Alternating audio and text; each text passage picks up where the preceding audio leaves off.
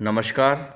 मैं डॉक्टर सौरभ शर्मा, सह आचार्य इतिहास, राजकीय कन्या महाविद्यालय सिकंदरा, दौसा।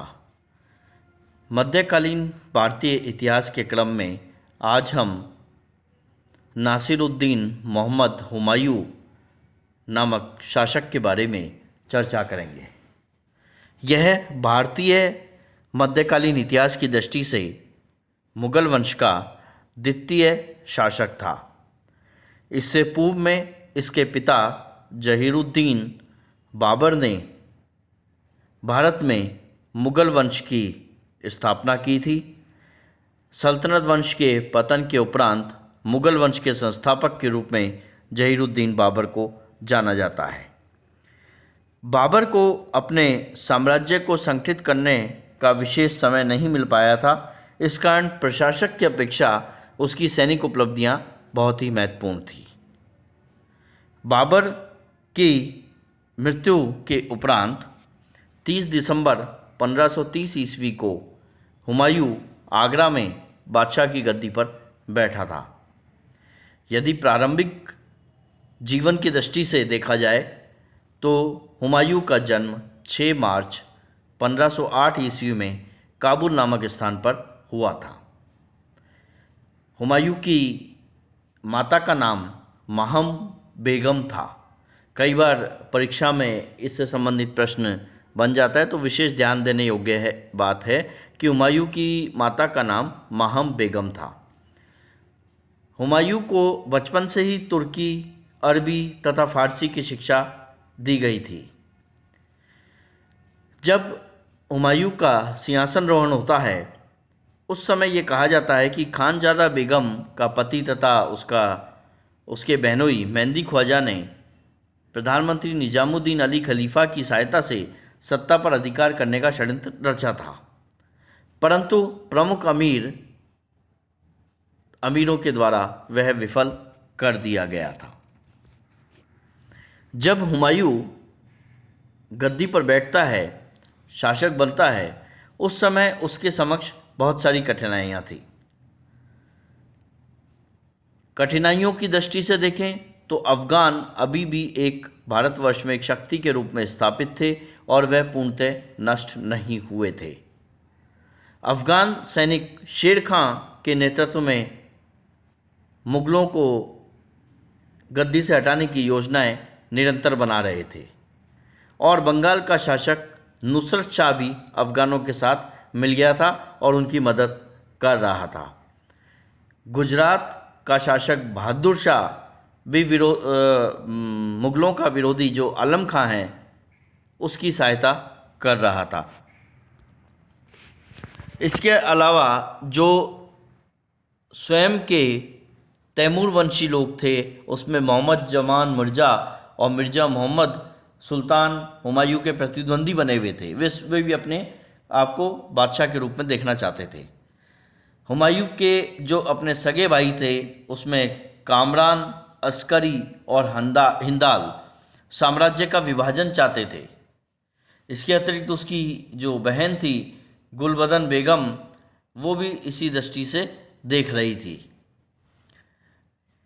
कामरान को हुमायूं के द्वारा काबुल तथा कंधार का प्रदेश संभलाया गया था, अस्करी को संभल का प्रदेश दिया गया था और हिंदाल को मेवात का साम्राज्य दिया गया था। लेकिन अभी भी ये लोग संपूर्ण साम्राज्य के विभाजन की मांग कर रहे थे, क्योंकि इससे पूर्व में बाबर ने भी इसी परंपरा को कहा था कि उसकी मृत्यु के बाद साम्राज्य जो है सभी पुत्रों में विभाजित हो जाना चाहिए।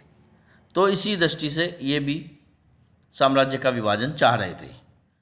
बाबर अपने अल्प शासनकाल में प्रशासनिक व्यवस्था पर विशेष ध्यान नहीं दे सका था, जैसा कि हमने अभी चर्चा की थी। इसलिए प्रशासनिक अव्यवस्थाएं भी हुमायूं की कठिनाइयों में और अधिक वृद्धि कर रही थी। आर्थिक स्थिति भी हुमायूं से पूर्व में बाबर के द्वारा लड़े गए युद्धों के कारण डामाडोल हो चुकी थी। इस प्रकार की विषम परिस्थितियों में एक योग्य और दूरदर्शी शासक मुगल साम्राज्य को बिखरने से बचा सकता था, किंतु दुर्भाग्यवश हुमायूं में इन सब गुणों का अभाव था। यदि हुमायूं के शासनकाल की चर्चा की जाए तो हुमायूं के शासनकाल उपलब्धियों की दृष्टि से हम दो भागों में बांट सकते हैं। पहला 1530 ईस्वी से 1536 ईस्वी, जब उसकी जो समस्याएं थी उनके समाधान करने में उसको सफलता प्राप्त हुई। लेकिन दूसरा काल 1537 से 40 ईस्वी उसकी असफलता की कहानी है और उसके पतन की कहानी है। लेकिन इसके बाद हम देखेंगे कि 1540 ईस्वी से 1555 ईस्वी तक भारत के हाशिए से या भारत के पटल से हुमायूं का नाम हट जाता है, क्योंकि वो यहाँ से चला जाता है और 1555 ईस्वी में वापस आकर के वो दिल्ली पर अधिकार करता है। यह भी आगे हम इस विषय में चर्चा करेंगे। दोरहा की लड़ाई में नुहानी तथा फरमुली शासकों को हुमायूं के द्वारा पराजित किया गया। हालांकि इससे हुमायूं की समस्या का समाधान नहीं हुआ, वह समस्याएं और अधिक विकट हो गई, क्योंकि पूर्वी भारत में शेर खान जो है अफगानों के एकमात्र नेता के रूप में उभरने लगा था, जो उसको चुनौती प्रदान कर रहा था।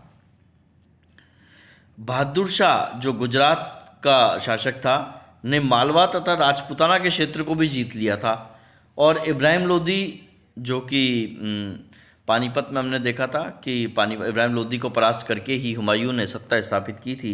ये तो इब्राहिम लोदी के जो संबंधी थे उनको शरण दिए हुए थे बहादुर शाह अपने यहाँ पर। हुमायूं ने अपना लगभग जो कीमती समय था 1 वर्ष और 6 महीने का समय दीन पनाह नामक महल बनाने में गंवा दिया। इसी अवसर का लाभ उठाकर बहादुर शाह ने मेवाड़ तथा मालवा पर अतिक्रमण कर लिया था। इस समय हुमायूं के समक्ष एक प्रस्ताव था। वो चाहता तो राजपूतों से मित्रता प्राप्त हो सकती थी, मित्रता कर सकता था। मेवाड़ की महारानी कर्णवती ने हुमायूं के पास राखी भेजी थी और बहादुर शाह के विरुद्ध सहायता मांगी थी। लेकिन इसी समय बहादुर शाह ने भी हुमायूं को गलत पत्र लिख करके गुमराह कर दिया था, और इस समय हुमायूं ने राजपूतों की मित्रता प्राप्त करने का अवसर खो दिया था। 1537 ईस्वी में हुमायूं ने मालवा के मार्ग से गुजरात पर आक्रमण किया और बहादुर शाह को पराजित करके अपने जो भाई है अस्करी, उसको गुजरात का गवर्नर नियुक्त कर दिया। अस्करी हालांकि गुजरात पर नियंत्रण बनाए रखने में सफल नहीं हुआ और 1 वर्ष के भीतर ही बहादुर शाह ने गुजरात तथा मालवा पर पुनः अधिकार कर लिया। अब हुमायूं के लिए आवश्यकता कि वह वापस वहाँ पर अभियान करे, और उसने दूसरा सैनिक आक्रमण किया और इस समय बहादुर शाह का पतन हो गया।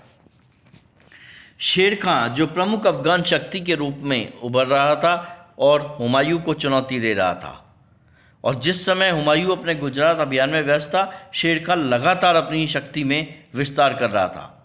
उसने सूरजगढ़ के युद्ध में 1526 ईस्वी में बंगाल के शासक को पराजित कर दिया था। 1537 ईस्वी में उसने बंगाल की राजधानी पर अधिकार कर लिया था और बंगाल के शासक महमूद शाह जो था वो हुमायूं की शरण में चला गया, और इस कारण हुमायूं और शेर खां के मध्य संघर्ष की स्थितियां बन गई थी। हुमायूं ने इस संघर्ष की दृष्टि से सर्वप्रथम चुनार के किले पर घेरा डाला, परंतु इस चुनार के किले के घेरा डालने में उसने 6 महीने का बहुमूल्य समय लगा दिया, और दूसरी ओर शेर खां बंगाल को पूरी तरह लौटा और इस समय रोहतास में उसने अपने खजाने को सुरक्षित कर लिया। जब हुमायूं चुनार के किले का घेरा डालकर बैठा है, 6 महीने का समय वहाँ पे बर्बाद कर रहा है, शेर खां उस समय बंगाल को लूटने में लगा हुआ था और सारी लूट की जो धनराशि और जो अन्य चीज़ें थी उनको ले जा करके रोहतास में अपने खजाने में सुरक्षित कर दिया था। 1538 ईस्वी में हुमायूं बंगाल पहुंचता है, तब उसे कुछ भी हाथ नहीं लगता है, क्योंकि शेर खां बंगाल को लूट चुका था, और हुमायूं इस मिथ्या जीत की खुशी में ही 8 महीने और बर्बाद कर देता है, और बाद में वर्षा और भयंकर महामारियों को झेलते हुए जब उसकी सेना वापसी लौटते समय चौसा के पास पहुंचती है, तो वहाँ शेर खां की सेना पहले से ही तैयार खड़ी थी रास्ता रोके हुए। 1539 ईस्वी में चौसा की लड़ाई होती है शेरखां और हुमायूं के मध्य, और हुमायूं उसमें पूरी तरह से पराजित हो जाता है। चौसा के युद्ध के पश्चात ही शेरशाह की उपाधि धारण की गई थी शेरखां के द्वारा। कई बार प्रश्न में परीक्षा में पूछा जाता है कि शेरखां ने शेरशाह की उपाधि कब धारण की थी, तो आपको विशेष रूप से ध्यान रखना है कि 1539 ईस्वी में चौसा की लड़ाई हुई थी, जिसमें हुमायूं पूर्णतः परास्त हो गया था और उस समय शेरशाह की उपाधि धारण की थी।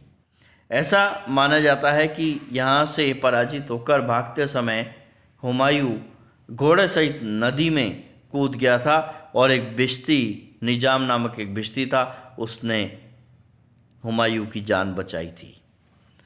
1540 ईस्वी में पुनः बिलग्राम या कन्नौज की लड़ाई होती है, उसमें हुमायूं पुनः पराजित होता है और इस समय वो भागकर ईरान के शासक तैबास के यहाँ पर शरण लेता है। तो 1540 ईस्वी में हुमायूं दिल्ली और आगरा और भारत का क्षेत्र छोड़ करके भाग जाता है, सिंध की तरफ भाग जाता है, और बाद में ईरान के शासक के यहाँ पर उसे शरण मिलती है।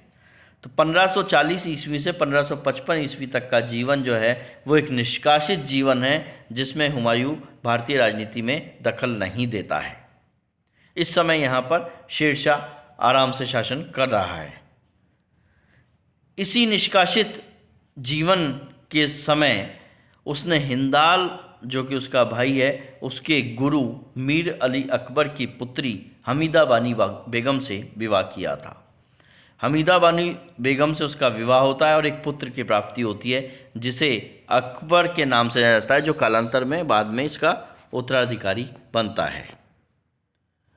निष्कासित जीवन के उपरांत दिल्ली पर पुनः अधिकार का अवसर हुमायूं को प्राप्त होता है, क्योंकि शेरशाह की मृत्यु हो गई थी और शेरशाह के उत्तराधिकारी इस्लाम शाह की भी मृत्यु हो गई थी, और शेरशाह का जो साम्राज्य है, जो भारतीय क्षेत्र में था, वो 4 भागों में विभाजित हो गया था और सभी एक दूसरे पर अपनी प्रभुता स्थापित करने के लिए संघर्षरत थे। इस राजनीतिक अव्यवस्था का लाभ उठाता है हुमायूं, और मच्छीवाड़ा एवं सरहिंद की लड़ाई में सिकंदर सूर, जो कि दिल्ली पर शासक बना हुआ है, को पराजित कर 1555 ईस्वी में दिल्ली और आगरा पर पुनः अधिकार कर लेता है। इस प्रकार देखेंगे 15 साल के उपरांत वापस दिल्ली और आगरा पर हुमायूं का अधिकार होता है, लेकिन हुमायूं की किस्मत में यह अधिकार भी ज़्यादा समय तक भोगना नहीं था। 27 फरवरी 1556 ईस्वी में दीनपना, जो कि उसने अपना महल बनाया था, वहाँ पर शेर मंडल स्थित पुस्तकालय था, वहाँ की सीढ़ियों से गिरने से हुमायूं की मृत्यु हो जाती है। स्टेनले लेनपुल, जो प्रमुख इतिहासकार हुए हैं, उन्होंने तो इस संदर्भ में हुमायूं के संदर्भ में लिखा है कि वह जिंदगी भर लड़खड़ाता रहा और लड़खड़ाते हुए ही सीढ़ियों से गिरकर उसकी मृत्यु हो गई। यानी हुमायूं कभी भी पूर्ण रूप से स्थापित नहीं हो पाया। वो पूरी ज़िंदगी स्थापित होने के लिए प्रयास करता रहा और अंत में उसकी मृत्यु भी इसी तरह से लड़खड़ाते हुए सीढ़ियों से गिर करके हुई, जैसा कि वो ज़िंदगी भर लड़खड़ाता रहा। धन्यवाद।